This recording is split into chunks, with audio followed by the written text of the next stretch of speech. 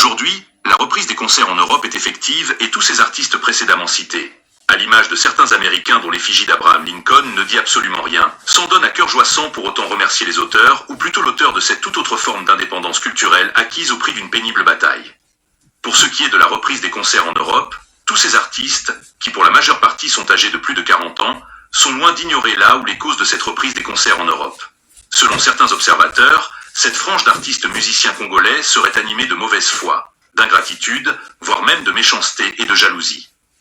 Ce qui est sûr, c'est que tous les Congolais, en commençant par les présidents Sassou Nguesso et Félix Tshisekedi, jusqu'au dernier né congolais en cette date de 2025, savent que tout est parti d'un enfant de Bandalungwa qui s'est donné corps et âme pour revoir hisser comme d'antan la culture musicale congolaise au panthéon des cultures les plus belles et les plus séduisantes du monde. Il s'agit bien de Fally Ipupa. Précurseur d'un nouveau style vestimentaire jamais connu des artistes musiciens congolais depuis Wendo, leader de la 5e génération sans qui, nombreux artistes tels que Ferregola, Fabregas, Héritier, etc., n'auraient jamais osé embrasser une carrière solo, Fally Ipupa a su saisir la racine au bon endroit et l'a rompu de toutes ses forces en ne laissant aucune chance à une énième incursion des combattants. En effet, en 2017, après s'être vu annuler son concert prévu le 22 juin 2017 à Paris à la Cigale par le préfet de Paris, Fally Ipupa décide de porter plainte contre ce dernier, qualifiant ainsi d'injuste cette décision d'autant qu'en résidant français depuis 17 ans, il paye régulièrement ses impôts et chèrement les études de ses enfants. Cet acte de courage et de détermination ne reste pas sans conséquences puisqu'à accent grave l'issue d'un procès, les autorités françaises ont reconnu à Fally et à tout autre artiste congolais le droit de se produire sur le sol français. Fally Ipupa a ainsi été dédommagé pour le concert annulé de la Cigale. C'est donc grâce à la bravoure et au dévouement de l'artiste Fally Ipupa que la communauté africaine en général et congolaise en particulier assiste de nouveau au concert d'artistes congolais. Reconnaissons qu'aujourd'hui que c'est grâce à Fally que ces hypocrites et ingrats artistes congolais, pour qui la gratitude est un mythe, ont pu à nouveau se produire en concert dans les salles d'Europe. Fally est le Goat de la musique francophone. Il est actuellement considéré comme le père de l'indépendance de la musique congolaise restée près de 20 années étouffée par ce phénomène de combattant. Fally est une sorte de Lumumba des temps modernes de la culture musicale congolaise. Focus, silence. Silence.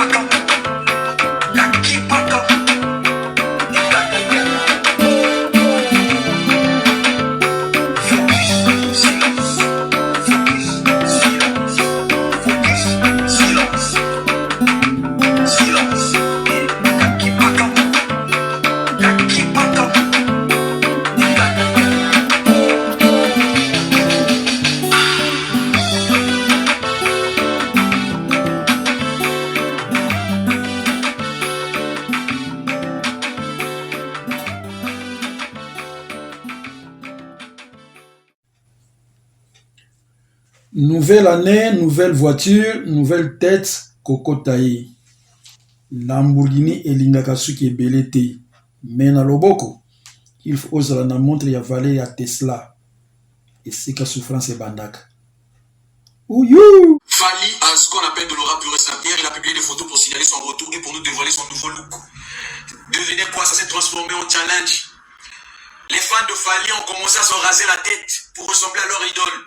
Non, Fally, tu es vraiment ce qu'on appelle une méga star. Je te tire mon chapeau. On dirait moi aussi je vais faire un tour chez le coiffeur. Il y a la paille. Fally a ce qu'on appelle de l'aura pure et Saint-Pierre. Il a publié des photos pour signaler son retour et pour nous dévoiler son nouveau look. Devinez quoi, ça s'est transformé en challenge.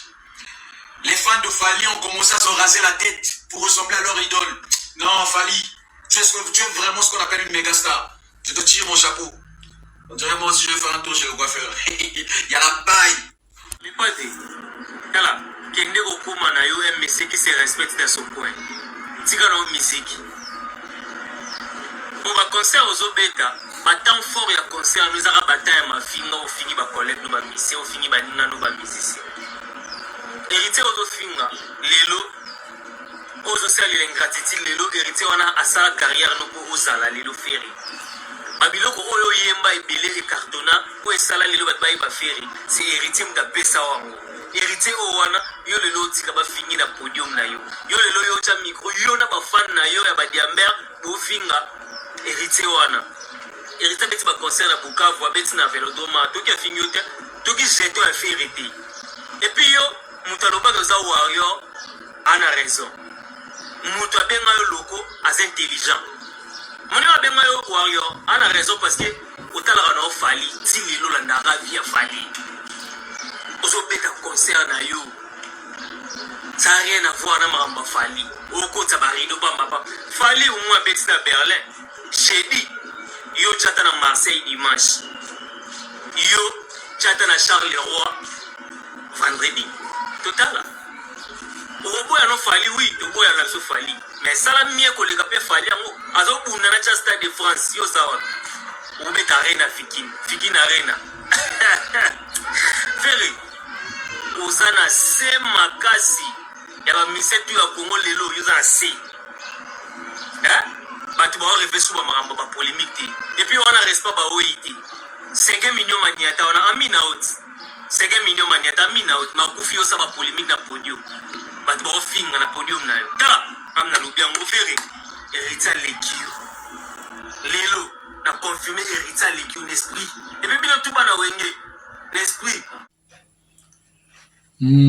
yoka biso ilenge koma nango kolala chez biso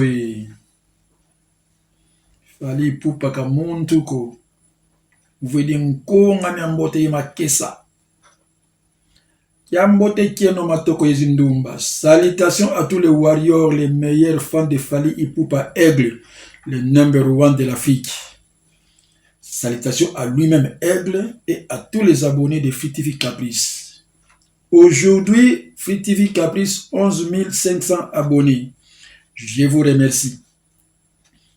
Continuez toujours de vous abonner, liker, commenter et partager mes émissions après les avoir visionnées. Et je dis aussi un grand bonjour à toi, toutes tes grâces, Sainte Marie pleine de grâce, Warrior, Brunel Boya, Tokos, Mokelengi, Warrior, Philomène Owassa Légernard, Warrior, mes salutations à toi ma sœur, Julia Georges, la grande dame de Colmar, Tokos, Noëlla Margiela, grand prêtre mère, Fifi la douceur, Bundesliga, maman sociale, Paola Maria, maman na Kéliane de jambes sexy. Namoni bongo ba vrai prêtre na kata Zurich. Rodrigue de Zurich. Toujours sapé comme jamais. Big Samouraï, le grand samouraï de Zurich. Tokos, Gile Kabambi de Zurich. Mannequin et warrior certifié. JP Makoma de Vintertour, un Moussingombe qui se respecte toujours meilleur. Adi Bio, Adi Yando. Petite sœur à moto. Nansouawina Siloé, une dame pas comme les autres. Et pourquoi pas Yomoko, salon Fori de Zurich, coiffeur homme passage obligé. Jean-Pierre Mbenga Elanga, Tokos, Godric Kisoka, Warrior. Fallait admisser Moutuka pour Azon en actualité. Ndeko, va te faire voir. Va te faire soigner. Où il y a bien un monde d'artistes et musiciens. Fallait c'est l'artiste qui nourrit les réseaux sociaux par ses actualités. Tout ce qu'il fait, et même quand il ne fait rien, mais il fait parler le monde. Donc, il est toujours en actualité. Ça, il faut le comprendre. Ah oui, le Longomba, c'est le propriétaire de tous les dossiers. Et Fally Ipupa, c'est le propriétaire de l'actualité. Tu vois, alors, yo muntu ozolo bake voiture wana eza ya Fally, hein? Lamborghini Urus wana eza ya Fally. Vraiment, tu as parfaitement raison. Tu as raison 100 000 fois. eza ya mama na yo oyo atekaka bankoro na mogomboro. Alors sala to okende kobotola yango. Bien bandeko, nalandi Aïda wa Bokwala na sepeli na analyse na ye quand Fere dit que asalaka volonté ya bafan na ye. Donc bagolwa baza ba guide ya Fere. Par contre Fally azali guide ya ba warrior. L'une des raisons ya ba échec ya Fere selon moi. Mais tout la analyse ya Bokwala. Check. Mais koyoka artiste alobi ya salaka makambo pona ba fan na ye nyonso sala eza ba fan nde basenga ya sala. Donc tu dis que na carrière artiste makambo malamu na ya mabe pe ezali. Donc même ya mabe fan le roi senga qu'il faut resala. L'artiste habite stade des martyrs, donc tout chaque ezali ba fan. INGP to façon makambo au kendele ING vous douter Paris la Défense Arena et BTT. Donc ba fan ba tinda ki leader asala makambo peut-être a komina na capacité à réaliser en côté toloba. Tu peux dire quoi sur Yango, analyse nous sala ou soit reproche ou reprocher l'artiste faire rigolo à Siri Yango à ça la marambo pour ba fan ba imposer. Et ça concept c'est kala ou veut de bazaga nango. Ou qu'est-ce ba fanatique. Ou qu'est-ce ba fanatique. Mais on a émis c'est l'artiste propose à ses fanatiques OK ba fanatique ba continue à vision na.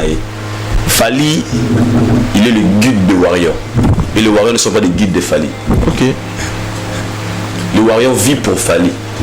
Et Fally ne vit pas pour le Warrior. On n'a pas de nuance. Les Warriors sont fiers des réalisations à Fally et puis ça débat dans bon sens. Un Warrior a ça qu'on inventé au Fally à Sali.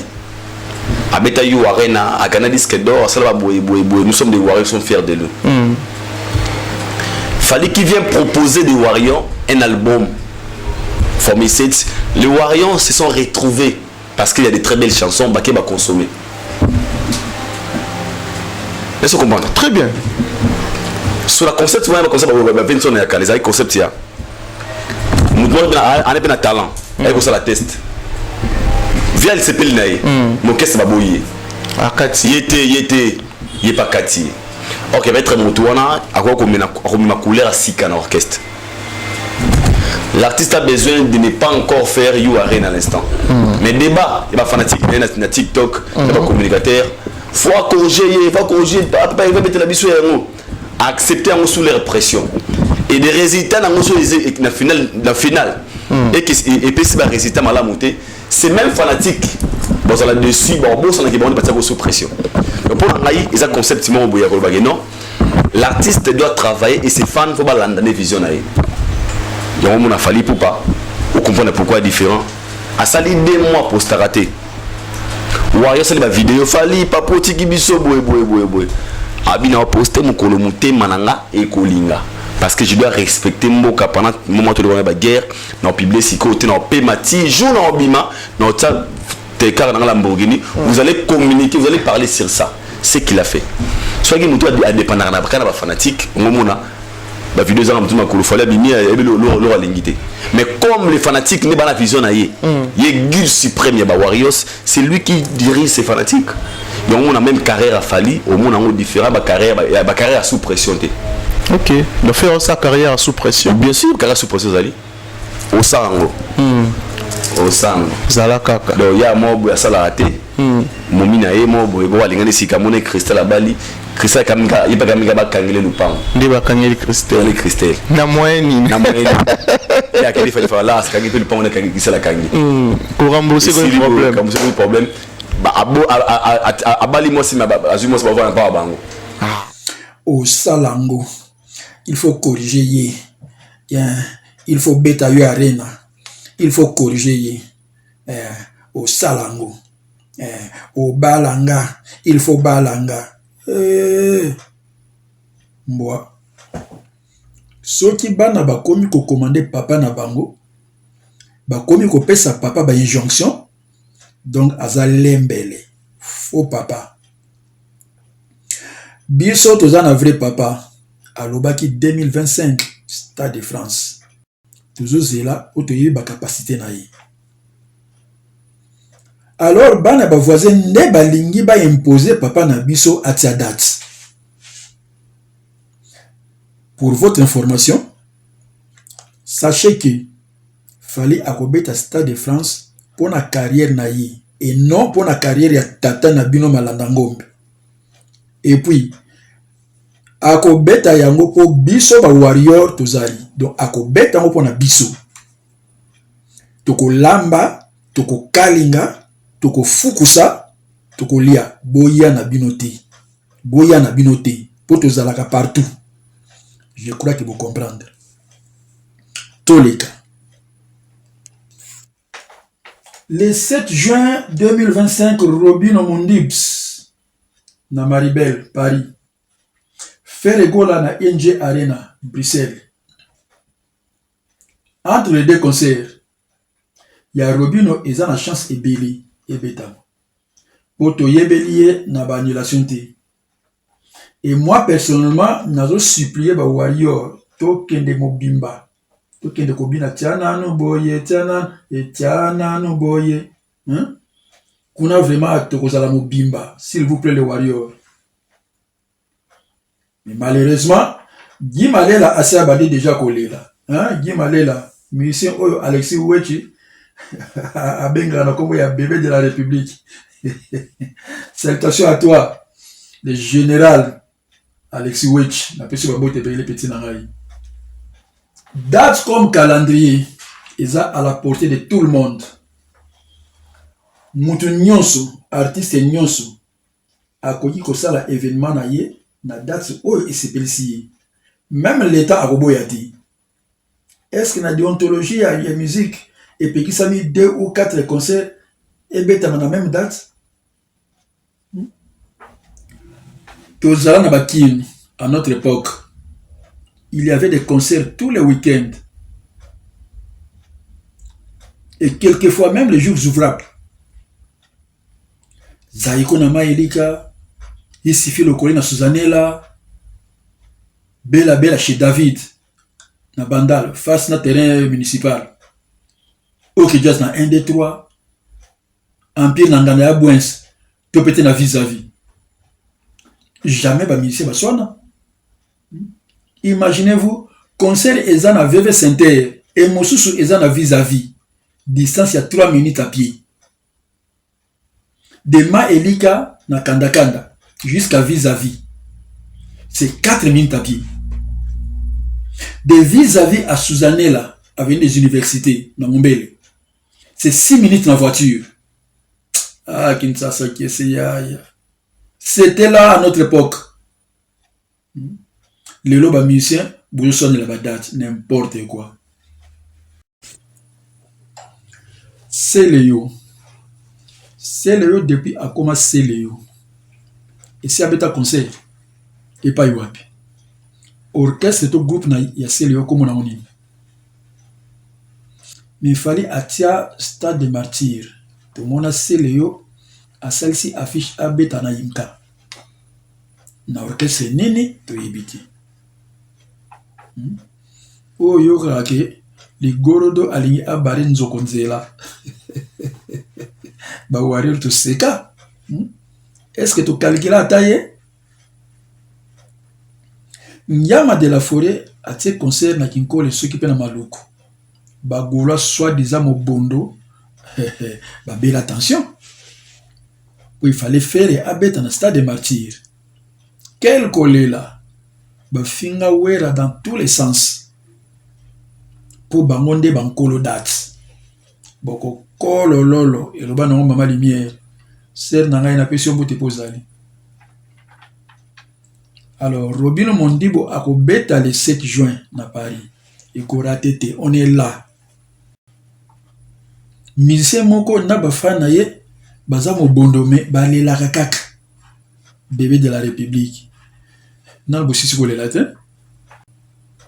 Bolanda biso Bolanda biso na date ya sorti ya 207. To kata wifi to kanga penza donc frame. Boboa qui écologie. Est-ce que tu l'es là? Tu l'es latin. Une semaine après Tobimisa 207. Aujourd'hui, ça fait 7 mois, 207, 16 millions de vues. Écologie, pour votre information, 3 millions de vues. Et pourtant, il y a honte de marre les boussos. Bolinga bodiembela, mais tolela te bistokani la frame twin. Bolikani wa.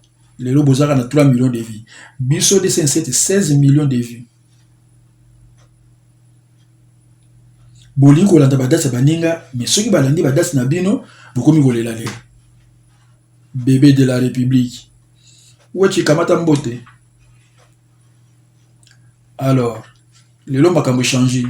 Artiste ceux qui osobi motuka na yo, kata sachito mona. Mundele atielo ba ballon d'air na kati, hein? O te benga bilo ka pema. Na nchito yokani.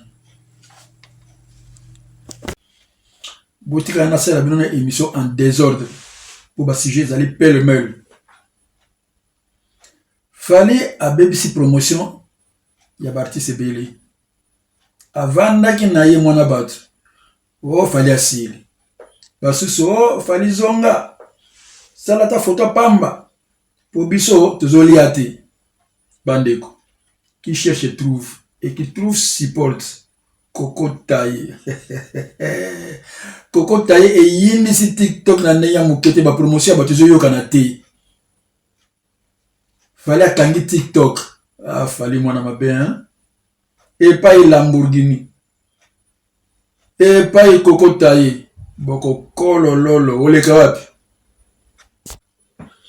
Ferdi Mavungu yembela biso nanu après tolanda masolo otolokoti na nzela. C'est parti. Vous êtes des ingrats, toi, vous êtes des jaloux. Vous êtes des ingrats, vous êtes des jaloux. Vous n'arrivez pas à remercier celui qui a fait que vous rejouez encore en Europe. Vous n'arrivez pas à remercier celui qui a fait que vous rejouez encore en Europe. Il suffit de lui dire merci Fali. Il suffit de lui dire merci Aigle, vous n'arrivez pas. Il suffit de lui dire merci Fali. Il suffit de lui dire merci Aigle, vous n'arrivez pas. Fali, ne t'inquiète pas. Tout ce qu'ils vont faire, la gloire vient à toi. Ipoupa, ne t'inquiète pas. Tout ce qu'ils vont faire, la gloire vient à toi, Fali.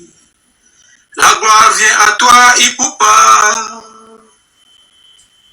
Elmara, ne t'inquiète pas. Tout ce qu'ils vont faire, la gloire vient à toi. Elmara, ne t'inquiète pas.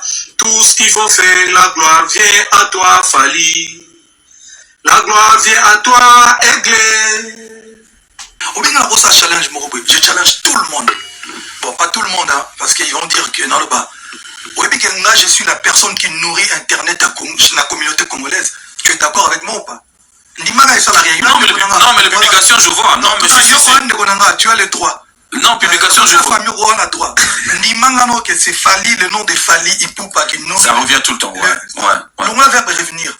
Le nom de Fali Ipoupa, nous devons faire tourner Internet, il y a une communauté. Explique-toi, je te donne l'occasion de t'expliquer. Na challenge au kaka yo lobango. Et les youtubeurs so yobobe ngawane na ba journaliste. Na ba artiste. Quelques-uns ba artiste dans le monde mwandam. Mutu mwa salaka bino à partir maintenant to ania ne to mwani. Mais toi dans juin. Toi na juin, juin prochain là le baramaramba fali souté en bien ou en mal. Na YouTube naïe. Marambo falité en bien ou en mal. Dans le bien, je challenge tout le monde. Ça sera dur, pas parce que ils mangent derrière toi, mais ça sera dur parce que tu fais l'actualité tout le temps. Ça sera un peu dur par rapport à ça. Les gens vont comprendre. Tu n'as pas si pour na yoba moto pour na. Tu pour na bango. Bon pour na biso. Na micha. Parce que le bic na le bio na le bac. Au moins la vérité na l'un des chogarabato. Non. Ça dit je ne suis pas là pour masquer. Moi na mo kilifo. Badouaz alwa ba fali bazala. Fally Ipupa devient le premier artiste congolais à s'acheter la voiture Lamborghini. En effet, il y a peu la méga star congolaise, Fally Ipupa a dévoilé sa nouvelle voiture de luxe, la marque Lamborghini Urus, que possède aucun autre artiste congolais évoluant au pays. Dans une vidéo partagée sur ses plateformes, devenue virale, il a fièrement montré son nouveau véhicule de luxe, symbole de son succès et de son style de vie haut de gamme. Pourquoi cette voiture ? Premièrement d'abord, la voiture Lamborghini Urus, estimée à 310 000 $, n'est pas qu'une simple voiture. C'est une déclaration de pouvoir et d'ambition. Un symbole éclatant de luxe et de réussite. Pour dire après l'effort, le réconfort. Deuxièmement, la Lamborghini Urus, alliant performance et élégance, incarne le rêve de nombreux passionnés de voitures. Avec un moteur V8 suralimenté, ainsi, elle offre une expérience de conduite inégalée.